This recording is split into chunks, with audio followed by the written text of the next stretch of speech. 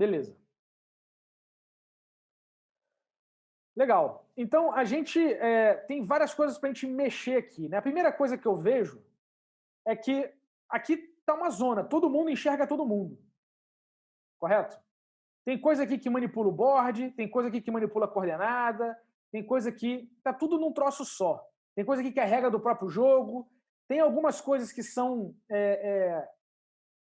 do jogo, mas tá no meio do caminho, tipo esse wrap aqui, que é uma coisa que é do jogo, né, porque eu quero que tenha esse efeito toroidal, mas ele depende do board. Então, quer dizer, eu trago para cá, para o meio da lógica do que seria a lógica do Game of Life, que é o nome do nosso módulo, Game of Life, eu trago aqui compensações do bitmap, tá vendo?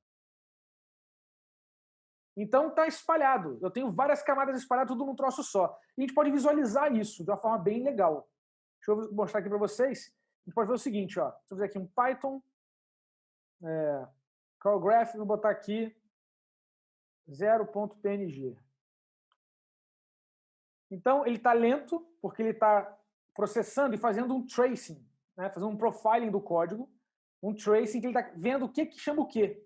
Registrando esse cara, vou dar um Ctrl C agora aqui, e agora eu posso fazer um open 0.png,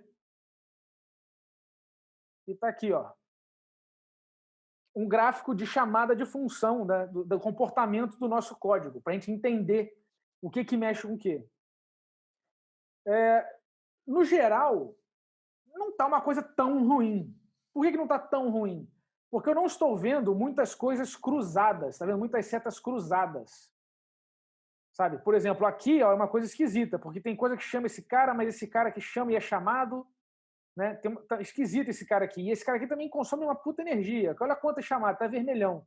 130 mil chamadas, né? Desse cara aqui. Ele passa 14 segundos aqui dentro desse cara aqui.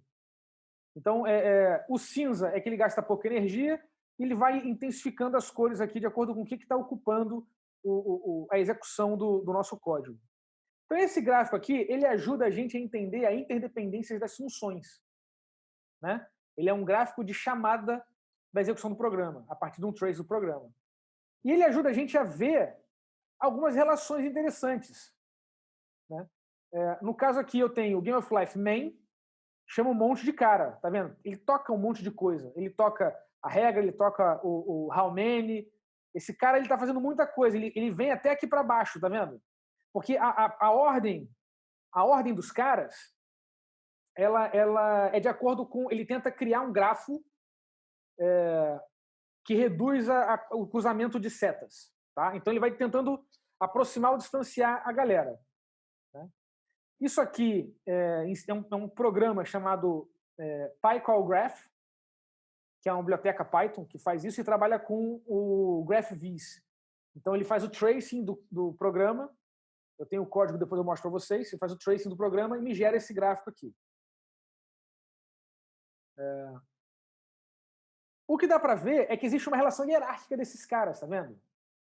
Pelo fato das caixinhas serem empurradas para baixo. Então, olha que interessante, né?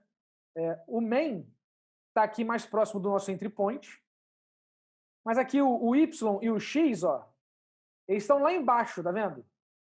Por que eles estão lá embaixo? Porque eles são usados, ó, é usado aqui no set item, ele é usado aqui no get item, ele é usado aqui nesse cara aqui da expressão do generator expression. Esse generator expression tem um problema, porque o nome generator expression é usado para qualquer generator expression do Python. E como eu uso ele em vários lugares, ele dá essa bugada aqui para gente. Não é uma coisa que no list comprehension que eu só uso no create, tá vendo? Se eu tivesse outros lugares usando list comprehension, ele ia mexer nessa caixinha do list comprehension. Então esse cara aqui, a gente pode deixar ele um pouco de lado. Eu poderia até fazer um filtro dizendo que não vou computar ele. Consegue ver pelo diagrama que tem muita coisa e que esses caras mais ou menos têm uma certa hierarquia? Dá para notar isso? Então, por exemplo, essa galera aqui, né? Tem o clear, o many, tem o string, esse alive aqui, esse cara aqui, should die, o neighbors, tá vendo? Essa rapaziada aqui, ó, resurrect, Esses caras são mais ou menos uma área só, tá vendo? Aqui embaixo, esses caras aqui são muito específicos, ó. Eles estão trabalhando com a coordenada, tá vendo? Isso aqui é sobre a coordenada. Aqui tem uma confusão, olha que interessante. O wrap é do Game of Life, mas ele está aqui envolto no many. Então, o item, o region, o height, o width, tá vendo? Isso aqui tudo é do board, ó. Isso aqui, ó, é tudo do board, ó. Board aqui. Olha que interessante. Get item. Né? Tem aqui o set item. Então, veja que tem áreas, né, de que a gente pode contornar esse cara. Então, a gente pode quebrar esse código em módulos menores. E aí que vem a provocação. Né? Porque quando a gente para pensar em questão de alocação, no caso do Python, como ele trabalha com namespaces, organizar o código em módulos menores já é um processo de encapsulamento. Você já está criando um certo isolamento, está reduzindo o contato das coisas. Né? E isso é muito importante. Então, para você fazer o design, né, que vai ter essa tendência orientada a objeto, não é só classe. Até porque em Python tudo é objeto. Então, o módulo vai ter uma natureza, porque você tem as variáveis do módulo são atributos desse módulo.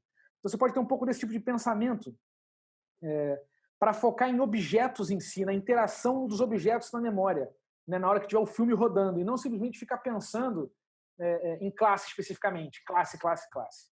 Faz sentido isso para vocês?